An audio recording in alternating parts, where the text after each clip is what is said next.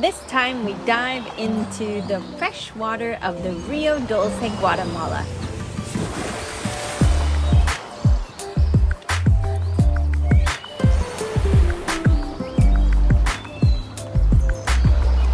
This area is a great vacation destination if you love being on and around the water as much as we do.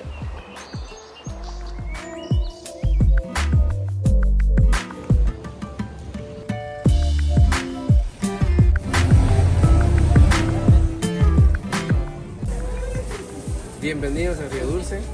Bienvenidos a Rio Dulce. Located in the Central American country of Guatemala, just inside the barrier reef of Honduras, and just south of Mexico and Belize, the Rio Dulce was once a perfect hideaway for pirates and hooligans, as it's accessible from the Caribbean Sea, via a sweet river from where it gets its name. It's also why the area is still popular with sailors, as it provides a natural haven from hurricanes. Most hotels and even some restaurants are only accessible by boat. Hop into a lancha and you can zip to many over-the-water eateries, see wildlife, and even get to the hardware store or the grocery store. Bienvenidos a Rio Dulce. Este es el puente de Rio Dulce, el puente más grande de todo Guatemala. Home to the longest bridge in Guatemala, the bridge was completed in 1980 and is now a major thoroughfare from traffic going to and from Belize and Mexico.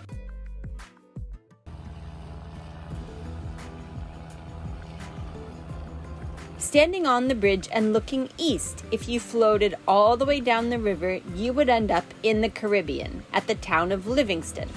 This is a fun boat tour to do while you're here in the area. Collective boats leave and return every day around 9:30 a.m. and 2 p.m., and the trip takes between an hour or two. Looking up the river then, you would enter the Lake Izabal, on whose banks stand the fortress and castle of San Felipe. Originally built in 1644, it was destroyed several times by pirates and finally rebuilt in its present condition in 1955. I was surprised to learn that the lake also has a manatee population.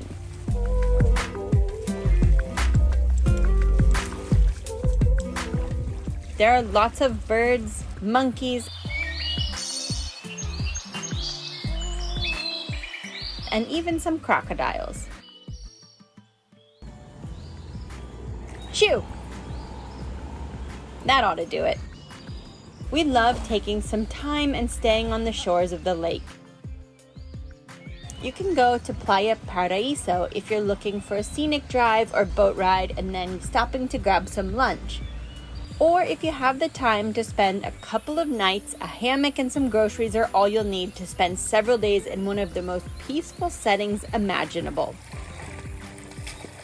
This place is really special, and lately it's our go-to to relax and recharge, which in a sec will show you one reason this is often a necessity.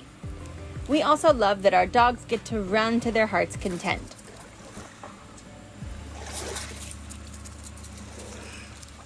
The main area of town is nearly straight out of a modern-day pirate movie.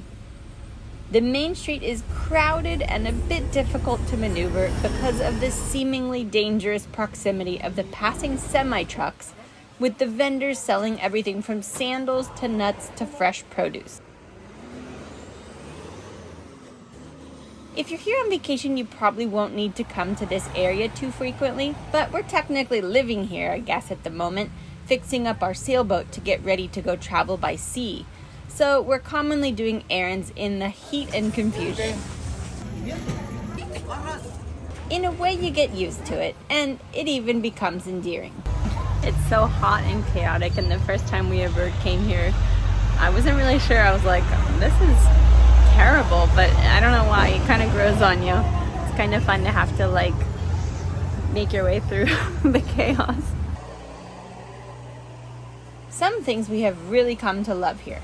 First, the street food, particularly this burrito type meal, which they call a tortilla.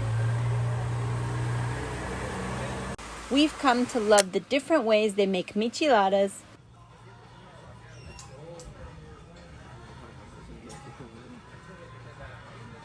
We've always loved the lazy lunches on the docks, watching the buzzing of little lanchas this way and that, the friendly locals, and also being able to hop in a very inexpensive taxi boat or tuk-tuk when we're ready to hightail it out of there back to the tranquility of our marina.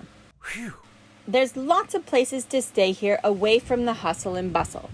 Places to stay in this area range from beautiful waterfront Airbnbs to hotels with swimming pools and fancy restaurants.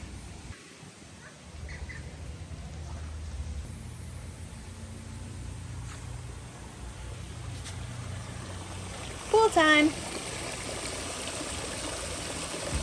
So you'd probably like to know how to get here.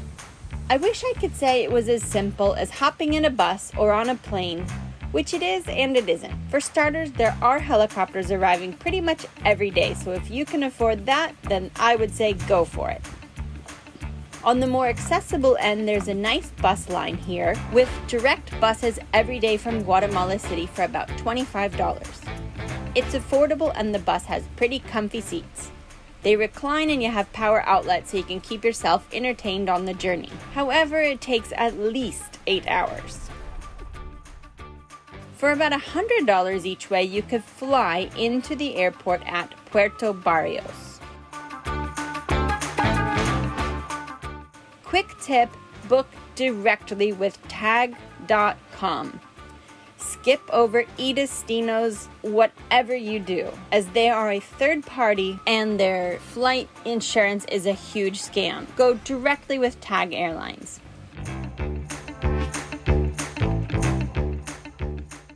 The llama's coming to get you! It always comes back to this corner. And it's scaring Curly. Renting a car and driving is also an option. However, it takes very defensive driving and cojones of steel, I'll tell ya. So who is the Rio Dulce good for? If you've been to Guatemala a time or two before and are looking to expand and see more, this is a great place to dig a little deeper. Although it is popular with people from abroad that arrive on sailboat, as I mentioned before, it's still very off the beaten path kind of place in its own way. It's also a great place to stop if you're heading all the way to the north of Guatemala to see Tikal, which we did a video about that last time, so check it out if you haven't seen it. If you want to see more of our content, we have a vlog about traveling Central America with our 8 dogs and our current adventure of getting ready to set sail that you can check out over at Pod Crew. Hope to see you there. Thanks so much for watching. Shout out to our patrons. You guys are the best. Thank you for everything. You make these videos possible. Until next time, cheers and happy travels.